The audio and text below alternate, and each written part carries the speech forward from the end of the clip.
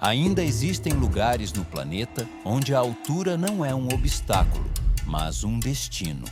Penhascos que se erguem como muralhas vivas, paredes de rocha onde não existem caminhos, nem cordas, nem pontos seguros para apoiar os pés. Cavernas tão altas que nem mesmo um pássaro ousaria construir seu ninho ali. E mesmo assim, povos inteiros escolheram viver nesses abismos. Hoje vamos percorrer penhascos, neblinas e montanhas, onde a vida se sustenta no impossível.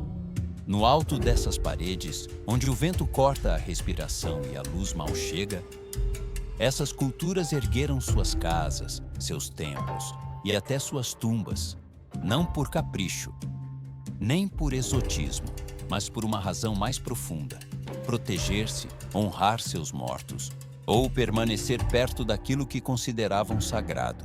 Antes de continuar, inscreva-se na Crona Origem e ative o sino para fazer parte desta comunidade que viaja por territórios tão remotos quanto frágeis. Porque o que você está prestes a descobrir hoje pode mudar a forma como você entende a altura, a solidão e a resistência humana. Fique até o final, porque a última cultura desta jornada habita um dos cenários mais inacessíveis do planeta, e sua relação com as cavernas em altitude é uma das mais extremas e desconhecidas do mundo. Agora sim, vamos começar. 1. Dogon, Mali. Os penhascos sagrados de Bandiagara. Imagine avançar por uma planície seca do Sahel e, de repente, se deparar com uma parede de rocha que se ergue a quase 300 metros em direção ao céu. Uma muralha natural, com mais de 200 quilômetros de extensão. Um penhasco que não parece feito para ser habitado, mas que, durante séculos, foi o lar de um dos povos mais enigmáticos do continente africano, os Dogon. Ao longo da escarpa de Bandiagara, declarada Patrimônio Mundial pela Unesco, erguem-se casas de barro, celeiros e santuários construídos diretamente sobre saliências naturais. Algumas dessas estruturas estão tão altas que é difícil acreditar que alguém pudesse alcançá-las sem cordas modernas. E mesmo assim, é aqui que eles vivem, realizam seus rituais e guardam a memória de seus ancestrais. O vento golpeia a rocha com força, levantando poeira que se mistura ao cheiro de painço torrado e manteiga de karité. Os caminhos são estreitos, sinuosos, e cada degrau parece ser mais uma prova do vínculo entre essa comunidade e a montanha. Em muitos trechos, o chão já não é terra, mas rocha maciça esculpida por gerações. Muito antes da chegada dos Dogon, essas paredes já eram ocupadas. Os Telen, um povo ainda mais antigo, depositavam seus mortos em cavernas localizadas em pontos quase inalcançáveis. Foram encontrados restos humanos perfeitamente conservados graças ao clima seco da escarpa, além de cestos, cordas vegetais, ferramentas e tecidos que revelam uma civilização desaparecida há séculos. Seus corpos mumificados foram encontrados mais tarde pelos Dogon, que herdaram essa paisagem vertical, sem saber exatamente como os Telen conseguiam escalar até lugares onde, ainda hoje, alpinistas modernos teriam dificuldades. Essa dúvida permanece viva. Que técnicas conheciam? Que ferramentas utilizavam? Que motivações espirituais ou práticas os levaram a enraizar a própria vida na rocha? A arquitetura Dogon não é apenas bela, é estratégica. Por gerações, essas alturas protegeram a comunidade de ataques de escravizadores e de clãs inimigos. Viver lá em cima significava sobreviver. As casas se distribuem segundo padrões que permitem ver de longe quem se aproxima, e os celeiros, construídos sobre pilares de pedra e barro, foram pensados para manter o grão seco e fora do alcance dos animais. Eles têm até uma divisão simbólica. Os celeiros femininos guardam alimentos, objetos pessoais e sementes. Os celeiros masculinos armazenam armas, ferramentas e objetos rituais. Cada um representa um equilíbrio entre vida e proteção. Até mesmo as entradas de algumas casas são feitas tão baixas que obrigam a pessoa a se curvar para entrar. Assim, se um inimigo tentasse invadir, perderia imediatamente a vantagem da surpresa. No coração de cada aldeia, Dogon, encontra-se o Toguna, a casa de reunião dos homens. Seu teto é construído propositalmente muito baixo. Ninguém consegue ficar em pé ali dentro. O motivo? Evitar brigas. Se alguém tenta se levantar nervoso ou aumentar o tom de voz, bate com a cabeça no teto. É um lembrete físico de que os problemas devem ser resolvidos sem violência. A cosmologia Dogon está profundamente ligada ao penhasco, às suas sombras, fendas e à sua altura.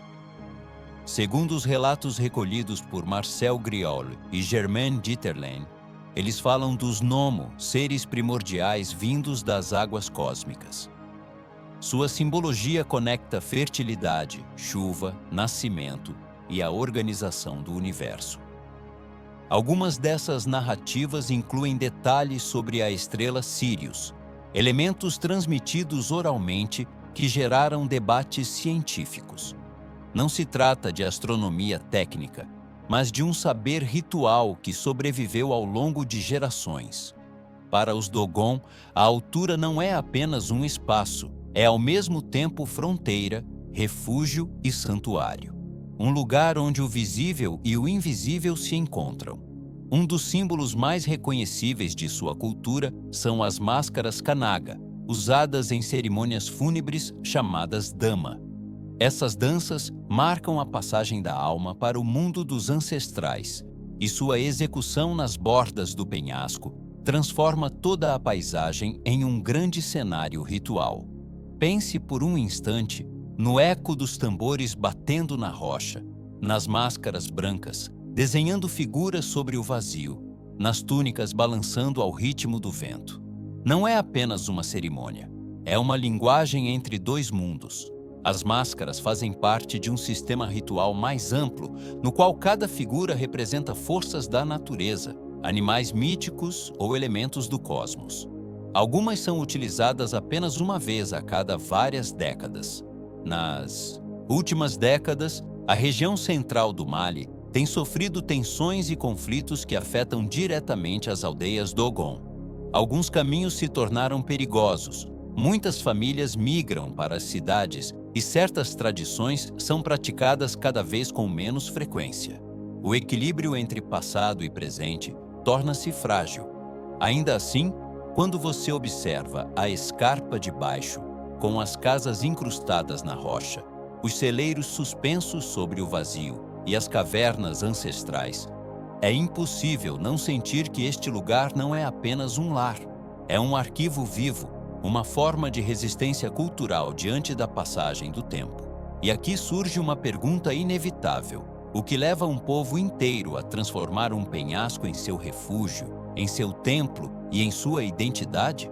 Talvez a resposta esteja no que vamos descobrir no próximo destino, porque se este penhasco já parece extremo para você, espere.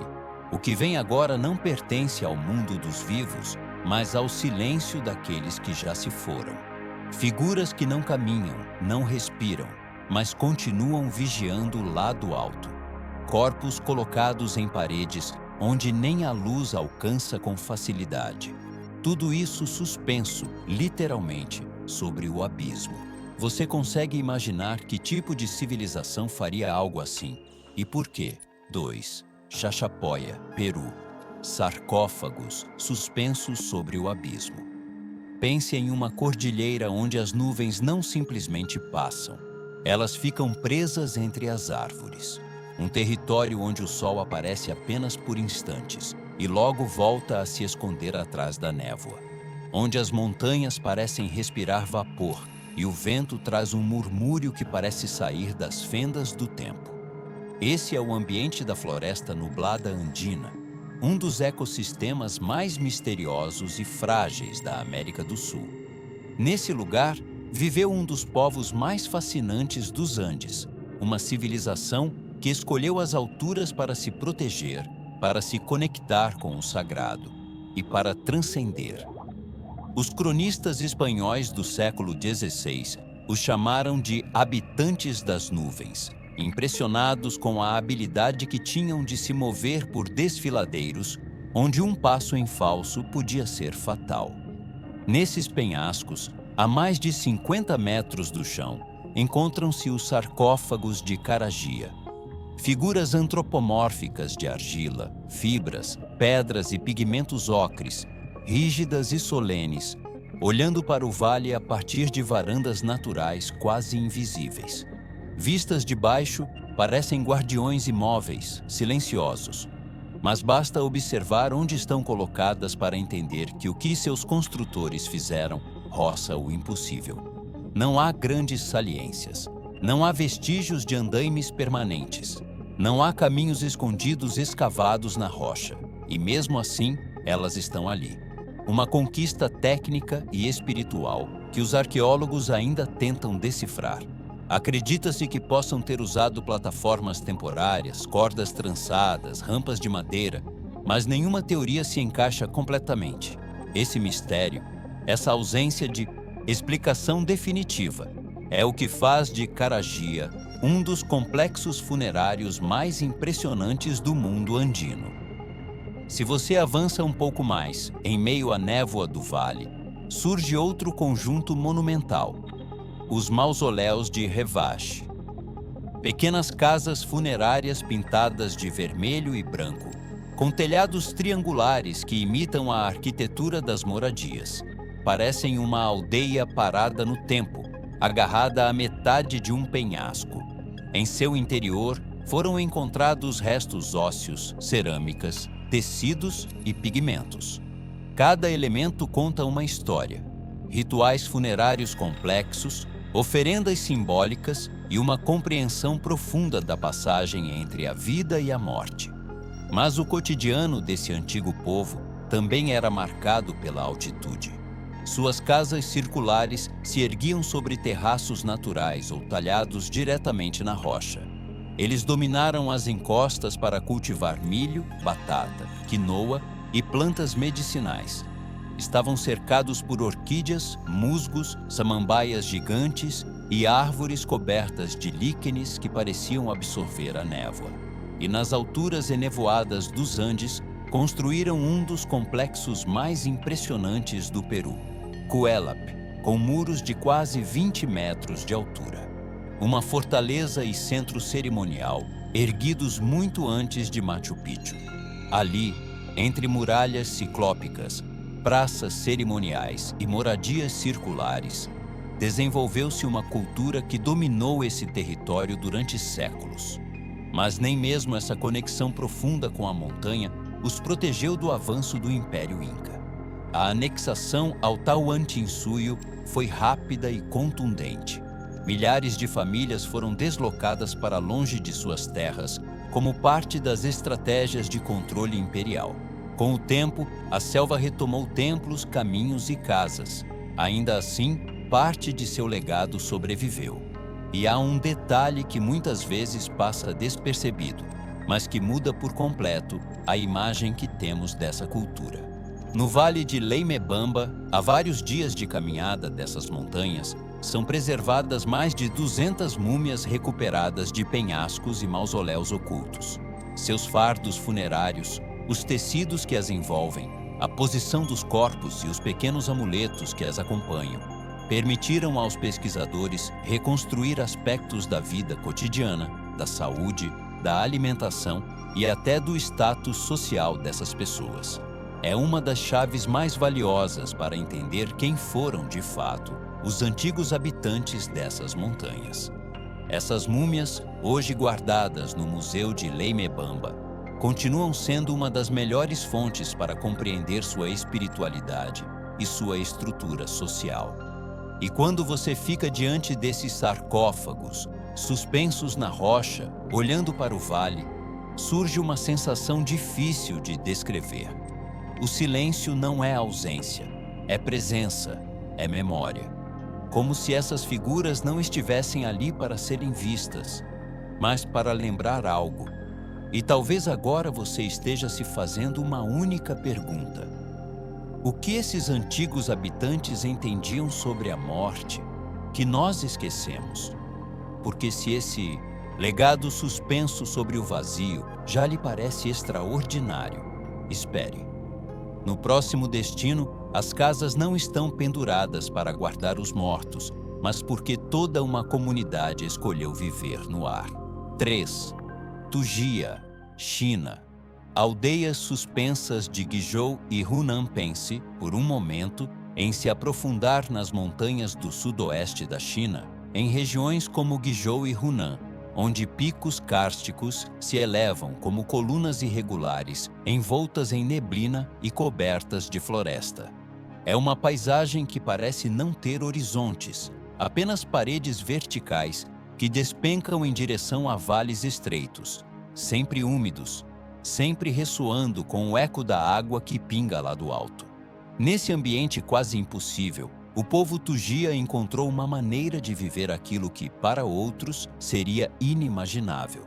Durante séculos, essa comunidade construiu moradias em lugares onde, à primeira vista, não deveria existir nenhum tipo de assentamento humano, sobre plataformas de madeira fixadas diretamente na montanha. Essas estruturas são conhecidas como Diao Jiaolou, literalmente casas suspensas. A arquitetura delas é uma verdadeira obra-prima de adaptação. A parte de trás da casa se apoia na rocha, enquanto a parte da frente fica suspensa sobre pilares e vigas que descem até encontrar um ponto firme de apoio. Quando o vento sopra, as casas rangem suavemente, como se respirassem junto com a montanha. Dentro dessas moradias, o dia a dia acontecia em alturas que não perdoavam erros. Você já parou para pensar como uma família conseguia cozinhar vivendo literalmente sobre o vazio?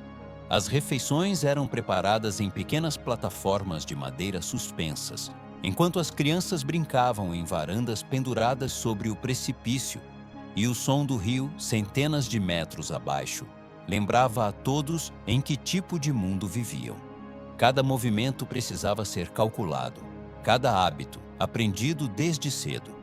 A espiritualidade Tujia também era marcada pela montanha. Eles acreditavam nos espíritos da floresta e da rocha, guardiões invisíveis que habitavam as alturas. Antes de erguer uma casa, realizavam rituais para pedir permissão à montanha. Não se tratava apenas de construir, tratava-se de conviver com um território que impunha respeito. Essas aldeias suspensas não eram apenas belas, eram funcionais. Em tempos de conflito, viver nas alturas permitia detectar incursões inimigas e proteger a comunidade. As montanhas funcionavam como torres de vigia naturais. Quem controlava a altura, controlava o vale. Mas como acontece com muitas culturas de montanha, o tempo e a modernidade começaram a transformar esse modo de vida. Muitas famílias desceram para áreas mais acessíveis e alguns Jiaojiaolou ficaram vazios, transformados em testemunhas silenciosas de outra época. Hoje, algumas aldeias são preservadas como patrimônio cultural, outras continuam habitadas e outras esperam, deteriorando-se lentamente, enquanto a selva tenta retomá-las. Ainda assim, quando você observa essas casas suspensas sobre o nada, com pilares que parecem desafiar a gravidade, você percebe algo. Não se trata apenas de arquitetura. É uma forma de resistência. Uma maneira de dizer, é aqui que vivemos, mesmo que a montanha diga o contrário. E se você chegou até aqui, é porque o que está vendo está te prendendo tanto quanto a nós. Se essa viagem por culturas verticais está te agradando, este é o momento perfeito para se inscrever na Crona Origem e continuar fazendo parte dessa comunidade que não tem medo de explorar o desconhecido. É graças a você que conseguimos continuar chegando a essas alturas e descendo a esses silêncios que a montanha guarda. Mas não vá embora, porque o que vem agora é ainda mais estranho, mais simbólico e mais espiritual. Um povo que transformou os penhascos em cemitérios elevados e deixou seus mortos olhando para o vazio. 4. Toraja, Indonésia. Cavernas funerárias e guardiões Tautau. No coração da ilha de Sulawesi, a montanha se desdobra como um labirinto de colinas verdes, terraços de arroz que brilham ao amanhecer e florestas onde a umidade parece flutuar no ar. É uma paisagem que não apenas se observa, mas também se sente. A mistura de fumaça de lenha, terra molhada e folhas fermentadas cria um aroma que acompanha os viajantes desde o primeiro passo. Entre esses vales vive o povo Toraja, uma cultura que transformou a morte em uma ponte e a montanha em um lar compartilhado entre vivos e ancestrais. Para os Toraja, o falecimento não representa um fim abrupto, é uma passagem, uma etapa que deve ser acompanhada, celebrada e guiada com precisão. Os funerais Rambu Solo podem durar dias ou até semanas. Durante esse período, familiares chegam de aldeias distantes, organizam-se procissões, recitam-se preces e são sacrificados búfalos, um elemento crucial na cosmologia Toraja. O búfalo não é um simples animal, é símbolo de status e, segundo as crenças locais, é ele quem ajuda a alma do falecido a ascender ao Puya, o mundo espiritual. Quanto maior o número e melhor a qualidade dos búfalos sacrificados, mais rápida e segura será a viagem da alma. Os búfalos Tedong Bonga, de pele malhada, são especialmente valorizados. Nos mercados Toraja, esses animais podem alcançar valores altíssimos, pois sua presença na cerimônia é uma honra para o falecido e para a família. Nesses rituais, o corpo permanece na casa da família. É tratado com respeito e com óleos tradicionais, e a família continua convivendo com ele até o dia do funeral. Para eles, o falecido não morreu, está em transição. Depois do funeral começa a subida. Os Toraja colocam seus mortos em cavernas funerárias escavadas nos penhascos, entradas talhadas a vários metros de altura, nichos que abrigam gerações inteiras e túneis que parecem se misturar com a montanha em si. Chegar a uma dessas cavernas exige habilidade. As rochas estão úmidas, os apoios são mínimos e os caminhos são tão estreitos que obrigam a se mover com extremo cuidado. Somente quem passou a vida inteira entre essas paredes de rocha conhece realmente a forma correta de subir. Colocar o falecido na montanha não é uma decisão prática, é simbólica. A altura aproxima os ancestrais do mundo celeste. Em frente a algumas dessas cavernas, sobre varandas talhadas à mão, encontram-se os Tautau, esculturas de madeira que representam o falecido. Vestidos com tecidos tradicionais, com expressões serenas e mãos estendidas, parecem observar o vale a partir da varanda do além. O que pouca gente sabe é que nem todos os Tautau são iguais. Eles são classificados de acordo com linhagem. Apenas famílias de certo status podiam ter um Tautau. Hierarquia. Alguns representam nobres locais, outros líderes comunitários. Antiguidade. Os mais antigos têm traços mais geométricos, os mais recentes, feições mais realistas. Função. Alguns vigiam a caverna, outros simbolizam toda uma linha genealógica. Durante séculos, esses guardiões foram o elo visível entre vivos e ancestrais. Muitos resistiram à umidade, ao vento e à chuva. Outros caíram no vale ou foram danificados pela passagem do tempo. Mas todos mantêm uma presença imponente que transforma a montanha em um santuário vivo. As casas tradicionais Toraja, os Tonkonan, também têm um simbolismo profundo.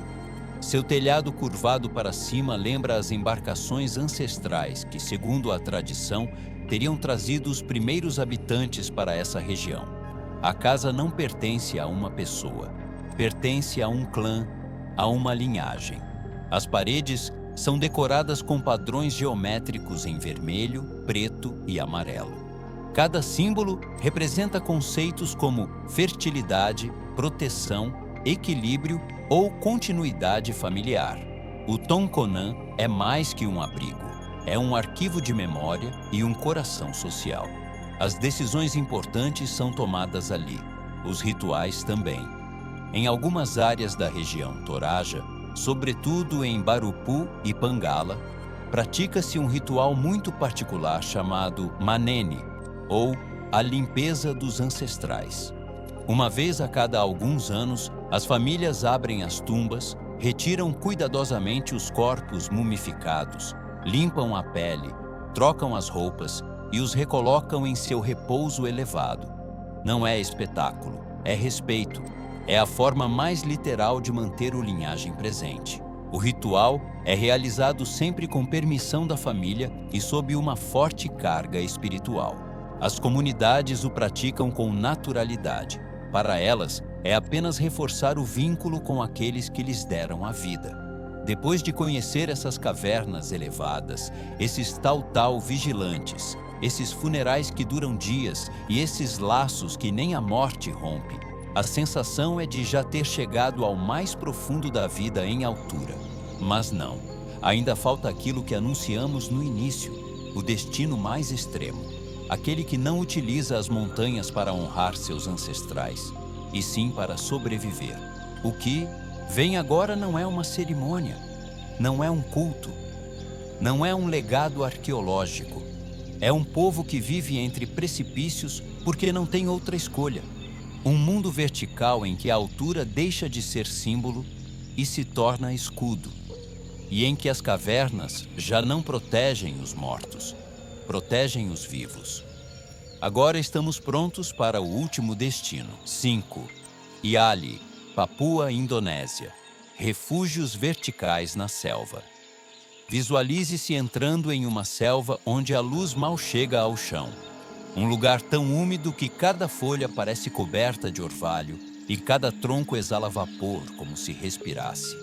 Nesse território, o verdadeiro desafio não é a vegetação, nem o clima, e sim a verticalidade. As montanhas da Pápua não se elevam de forma suave.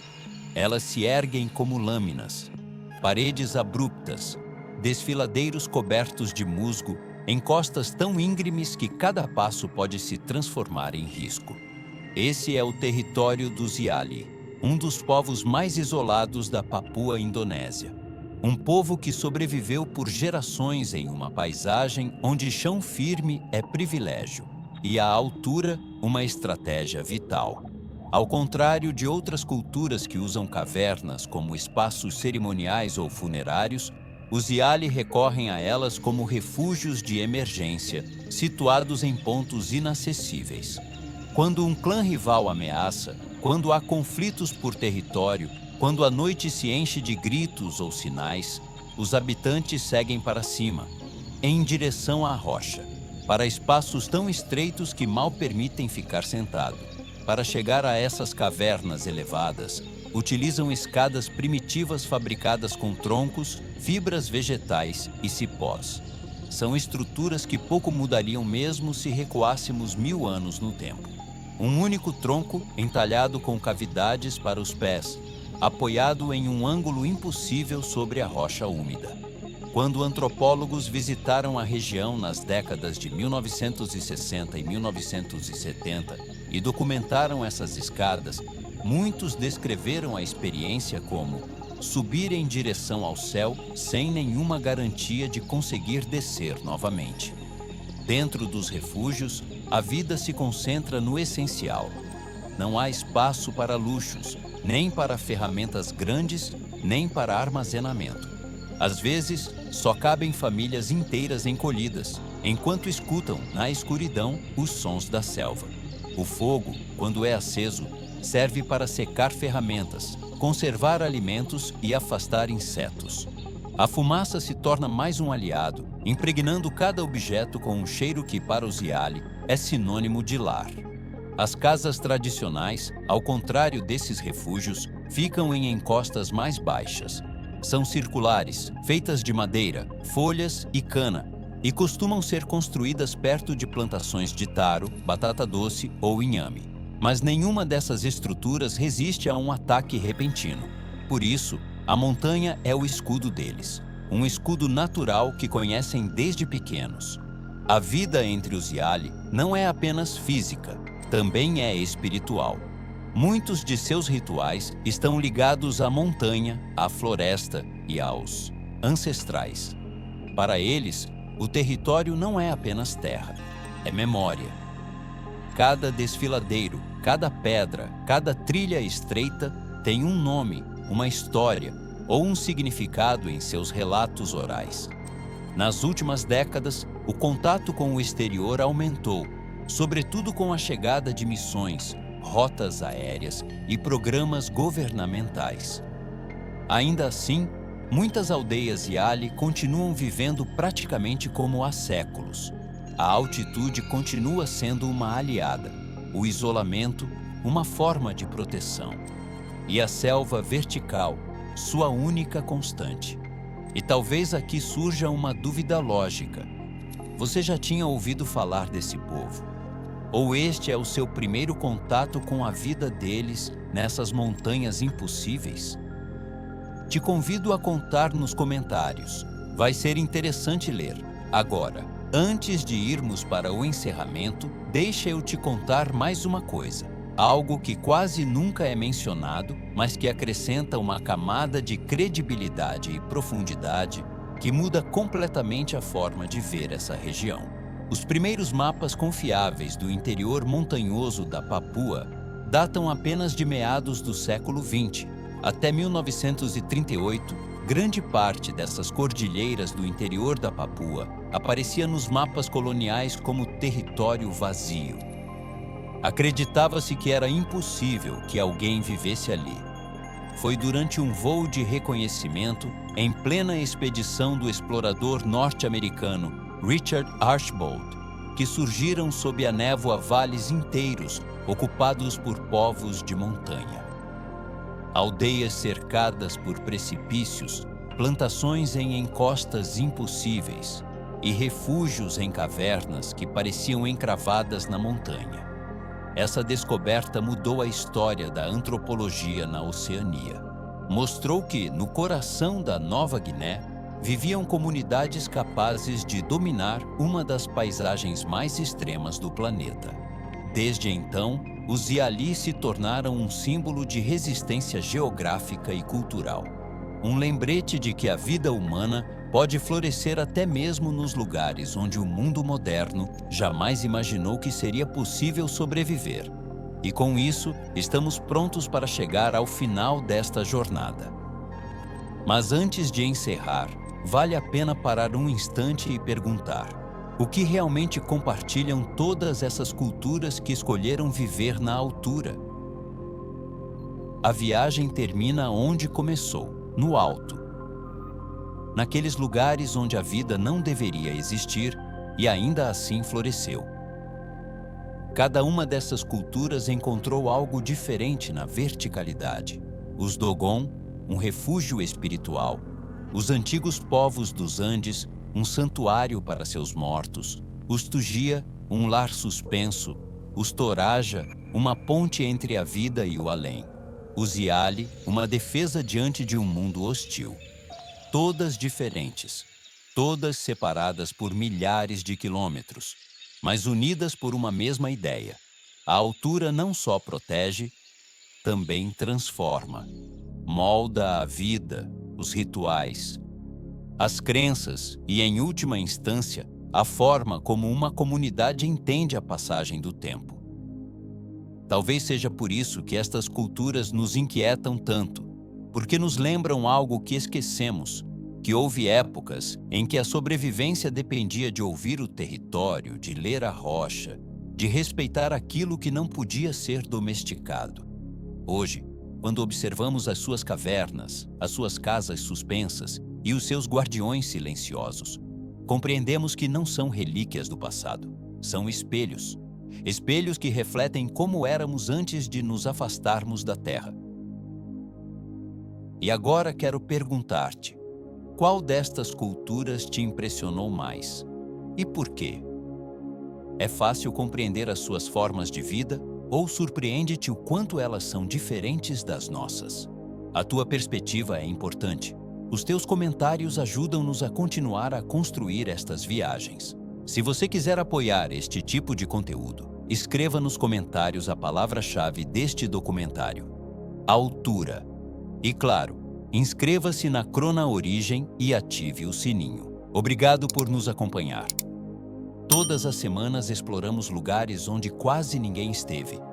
E o teu apoio permite-nos continuar a dar voz a histórias que estão prestes a perder-se. Obrigado por nos acompanhar nesta viagem pelas alturas. Nos vemos no próximo documentário. Até lá, que a curiosidade te leve sempre um pouco mais longe.